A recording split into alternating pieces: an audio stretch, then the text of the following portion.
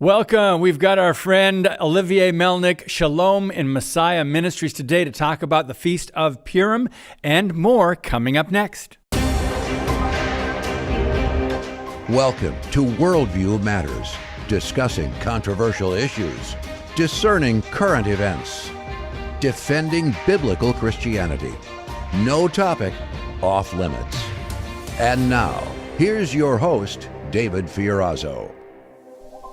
Hey, brothers and sisters in Christ, friends, family, thank you so much for tuning in and for your support. I want to mention, we've been getting donations. We do a fundraiser twice a year because we are supported by you. But, people do throughout the year send in donation. I don't want to miss just telling you about people that are so generous to give donations. So I want to mention the latest comes from James from Tennessee, and we also heard from Jen in California, Tulamni, I think, Cynthia from Florida, Scott and Terry from Waukesha, Wisconsin, Nina from Charlottesville, Virginia, our dear friend, Susan from Kalamazoo, Michigan, Polly from Green Bay, Wisconsin, Julie from Stevens Point, Rebecca from Plympton, Ontario. I may have mentioned that before, but just in case, that's in Canada for those of you that are keeping score. And also in Canada, William from Maryville, BC, British Columbia. Oh, Cheryl from De Pere,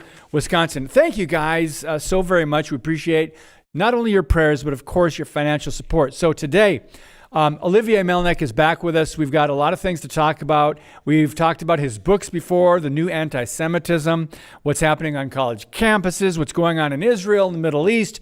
Today, we're going to talk about one of the feasts from the Bible and of the Jews. And look at the book of Esther. But first, Olivier, good to see you, brother. Thanks for your time today. Hey, David, thank you so much for having me on the show. It's always a pleasure sharing some time with you. It always is, and it goes by way too fast. So let's get to your blog real quick. I love it. I mean, we need to call out Hollywood for all their idiocy and their lack of biblical worldview and their hostility toward whether that be Christians or Jews. But you've got an article, a new blog on your website in the category Anti-Semitic Propaganda. The Oscar goes to. So tell us a little bit about that, and we'll jump into today's topic. Yeah, I just posted the article hours ago, and this was a response to a movie called No Other Land that was directed by two gentlemen, one Arab and one Israeli, who co-labored on trying to do a documentary, doing a documentary on the situation in Judea, Samaria, and the territory, so to speak. And they're taking this approach in the documentary that they got to work together towards peace. So if you paint with broad strokes, at 30,000 feet, you go like, yeah, that sounds like a good concept. But then you look at, I watched the trailer and I watched the acceptance speech of the two gentlemen, and the way they use the platform, the stage at the Oscars to promote anti-Jewish rhetoric and anti-Semitism.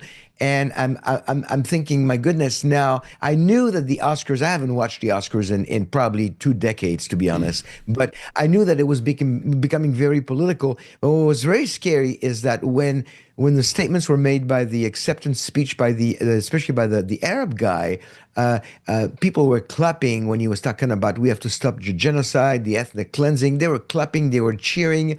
And it shows you not just the fact that this message is being promoted at the Oscars and you're receiving an Oscar now, but the whole crowd is not going like, I mean, I'm not saying the whole crowd. I'm sure there were people that were probably not in agreement, but they went along in some kind of a cognitive dissonance. They went along to fit in. And at the end of the article, I say, what's next? Are we going to have a new category in the Nobel Prizes, anti-Semitic Nobel Prizes? Because that's the next level now.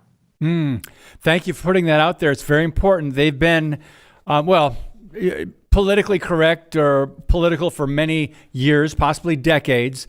But in recent years, it's very hostile toward Christianity. And when anti-Semitism comes in, we need to call it out. Thank you for that. Friends, you can find that at shalominmessiah.com. Shalominmessiah.com. So the reason I wanted to have you on today is we know there's a need for refreshing people's memory on true biblical history and Jewish history, of course.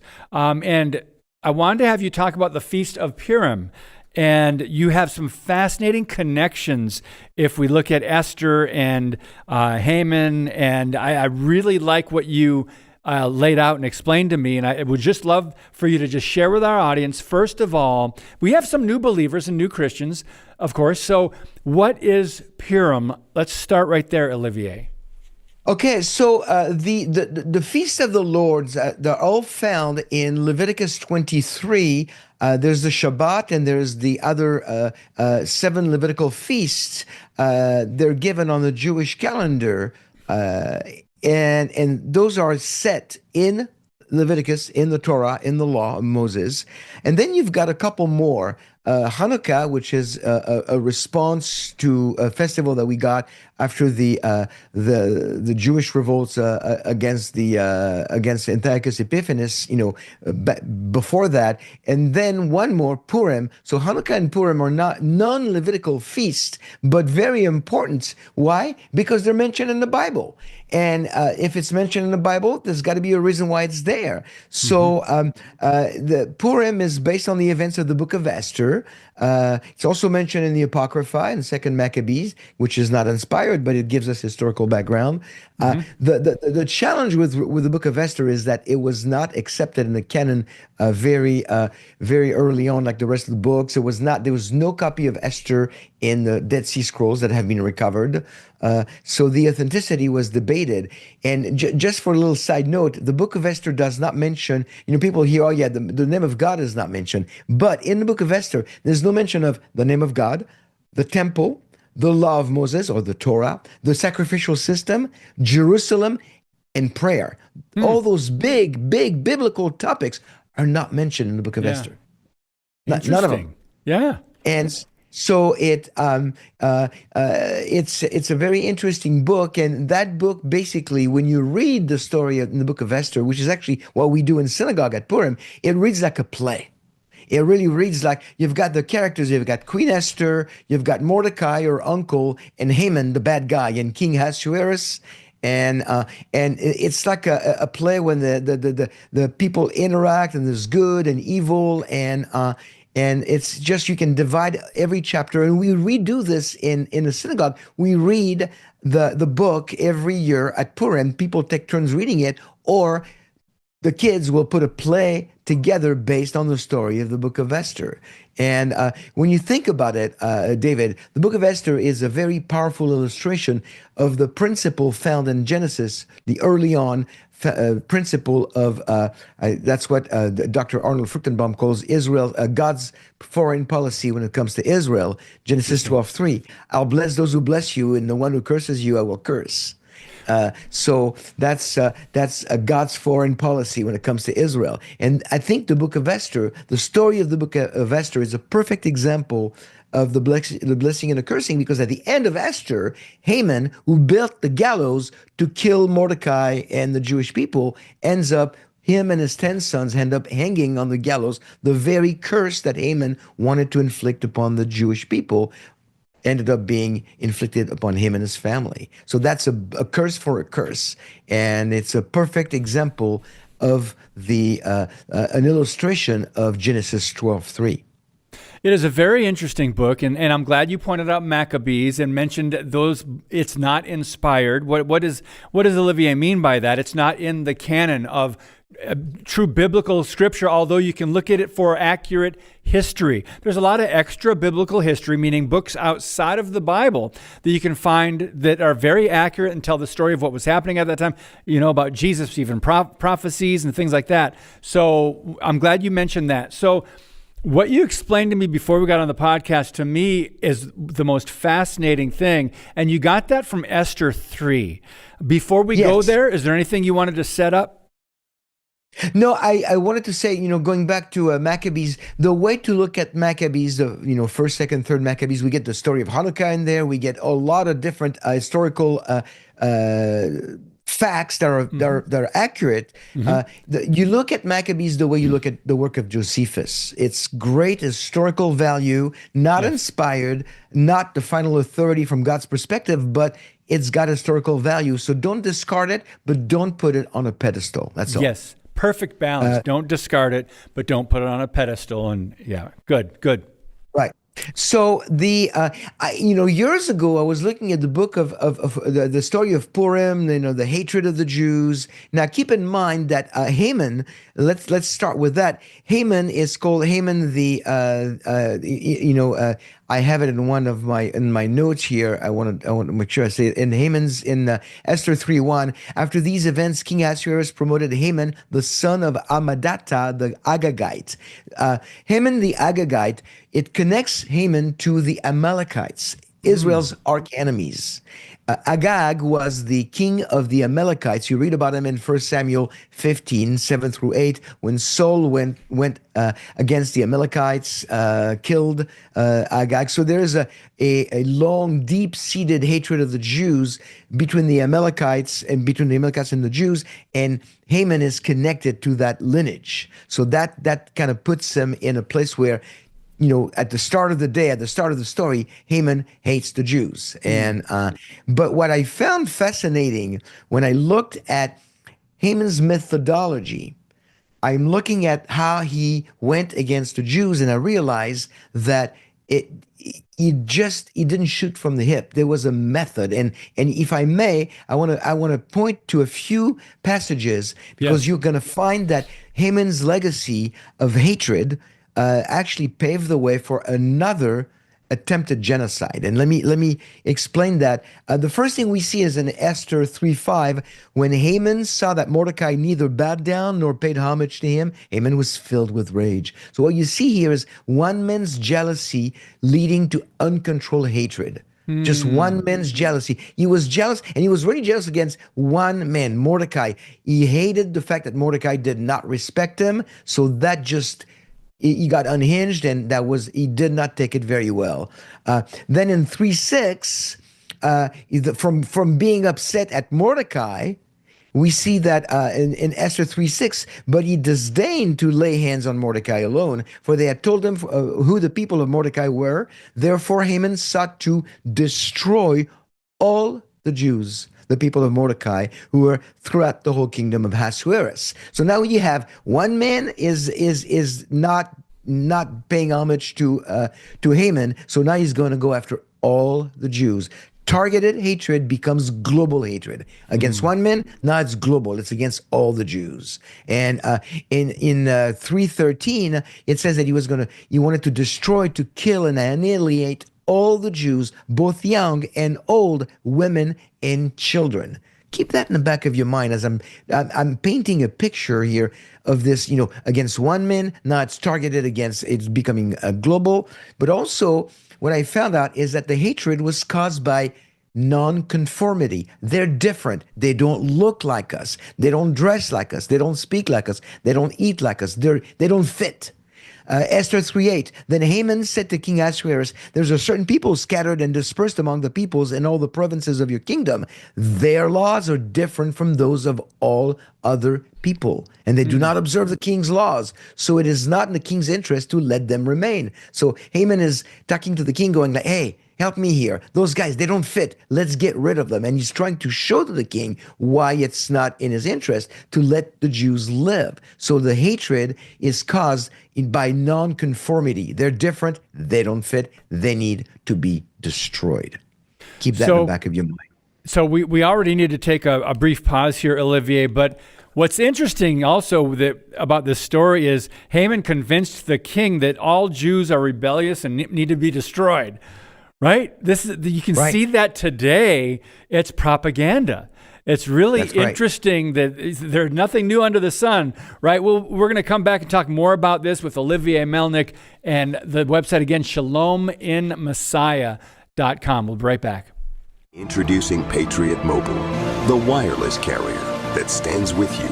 We are committed to supporting the values that make our nation great. With affordable plans and reliable nationwide coverage, Patriot Mobile is not just a wireless service. It's a call to action for those who believe in the American dream. Get free activation now with promo code DAVID.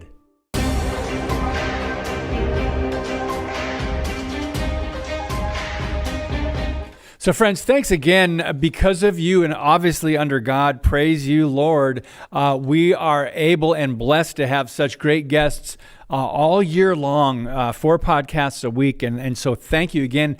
The numbers are surging. Not that I'm all into numbers, but I'm told it's doing very well and growing. The audience is growing on Rumble, Facebook, YouTube, Freedom Project Media app, Spotify, Apple Podcasts. So it's doing very well. So keep it going, friends. Thanks for your prayers. So Olivier Melnick, so Haman, let's just get to your next point, and I'll just let you take it because we're running out of time quickly. Yes, so the next point is in Esther 3:9-11. For the sake of time, I'm not going to read the passage. People can read it on their own. But that we see the attempt at destruction being very structured and very organized. Haman says, if it is pleasing to the king, let it be decreed that they be destroyed. And then there are letters with the king's signet ring sent all over the province by couriers to all the king provinces to destroy, kill, and annihilate all the Jews, both young and old, and women and children, in one day, the 13th day of the 12th month, which is the month of Adar, and to seize their possession as plunder. That's also something that we need to keep in the back of our mind. And one more thing before I make a parallel here. Look what Haman is saying in Esther 3:9. If it is pleasing to the king, let it be decreed that they be destroyed, and I will pay 10,000 talents of silver. So Haman is going like, I'll use my own fortune, I'll use my own money to facilitate the destruction of the Jews. So now, if you summarize, you've got one man's jealousy led to uncontrolled hatred, targeted hatred becoming global hatred, hatred caused by nonconformity, attempt at destruction structured and organized, and funding coming from the perpetrator.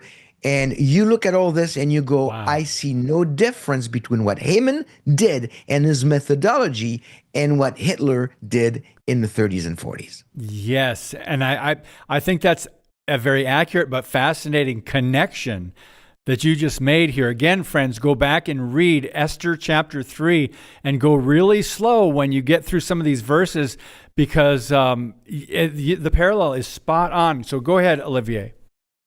Yeah, no, and another little interesting anecdotal thing is that in 1946, there's a man by the name of Julius Streicher. He was the publisher of the very anti-Semitic magazine called Der Stürmer, and he was found guilty of war crimes. He was one of Hitler's top officials, and he published this magazine and it spread it all over Europe for a long time during the war.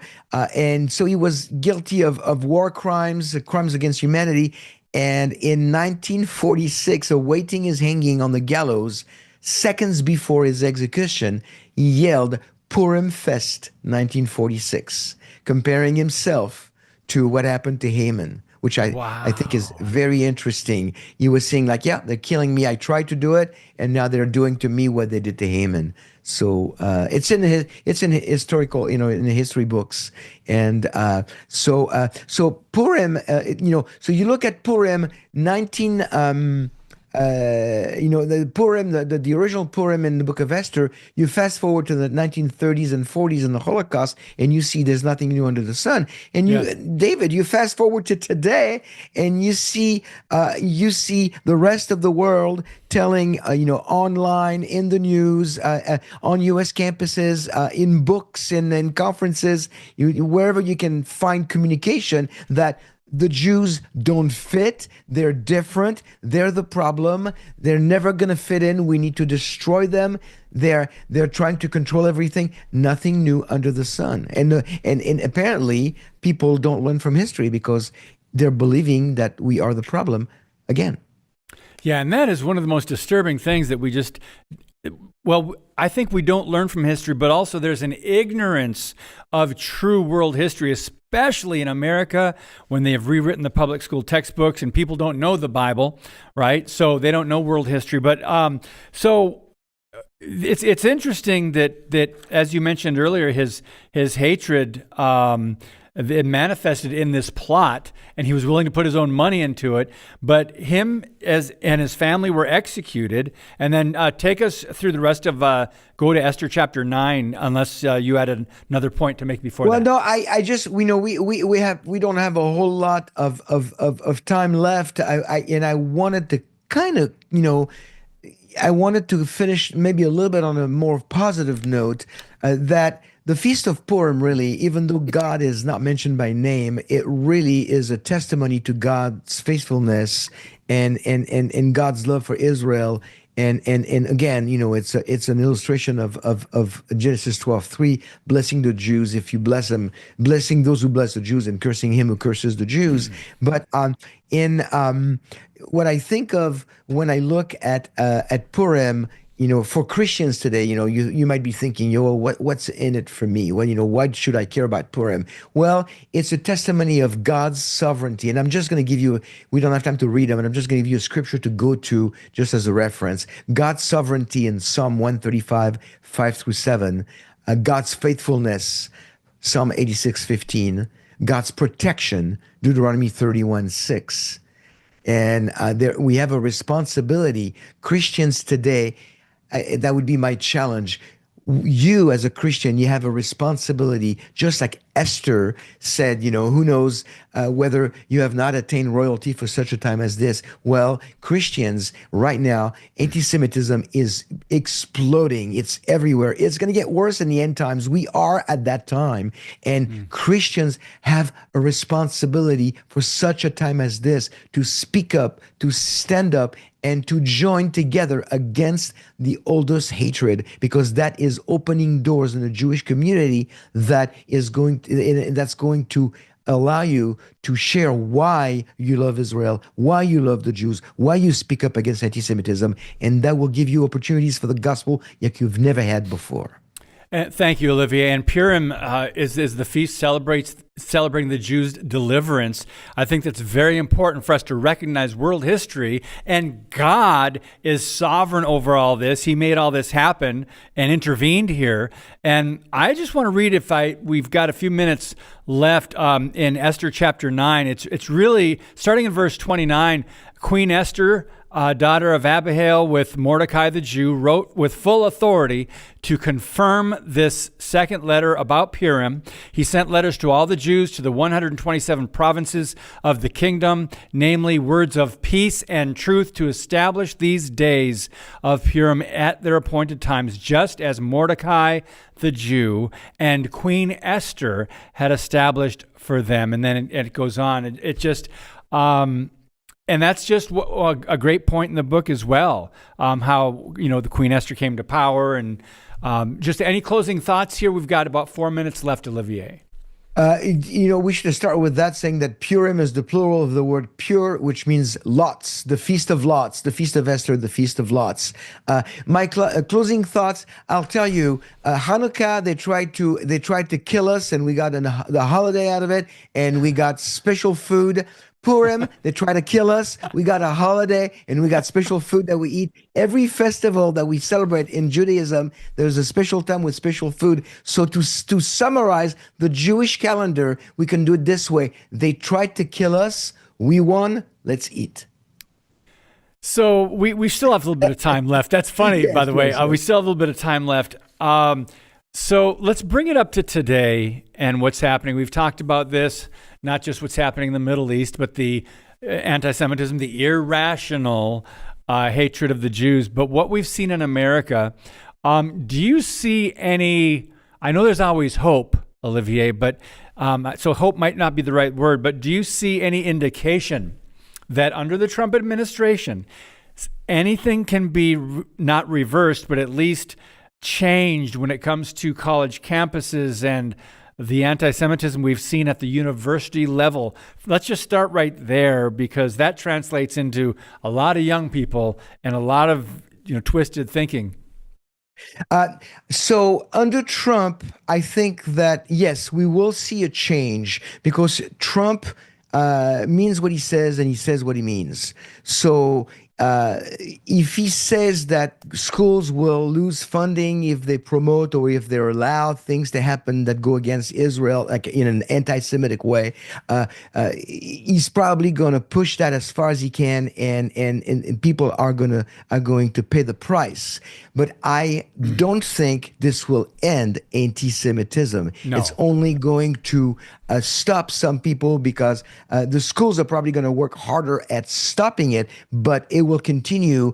It's like poking holes in a sinking ship. You poke a hole and then you're trying to plug it, but somebody else on the other side pokes another hole. So it's like, or whack-a-mole. You got to go everywhere. So basically, Trump will probably help, but anti-Semitism coming from Satan himself, who wants to get rid of the Jews, will continue to bring the irrational and make it sound and look rational, and enlist more and more people that you would not expect. And my big fear right now, is I've been doing some research on that, and I'm writing on it, is this push by the conservative right, and they've always been friends of Israel. And now you've got a lot of conservatives who are turning their back against Israel and pushing anti-Semitic agendas. I expect it from the left, but the right was more friendly, and now there's a shift when the right is also pushing some very anti-Semitic agendas, and that's very scary. Now, it's to be expected in the end times, but so the long story short, yes, Trump, I think, will help. He will probably punish those who are not friendly to Israel, or anti-Semitic, I should say, but that's not going to stop anti-Semitism. And a lot of it comes from us to speak up. People at the at the neighborhood level, at the city level, you can't be silent. You cannot be. Silence equates complicity. Yes, and I think that's a good place to end. Something to take to heart. Being silent about things that matter. It's what I end every show with.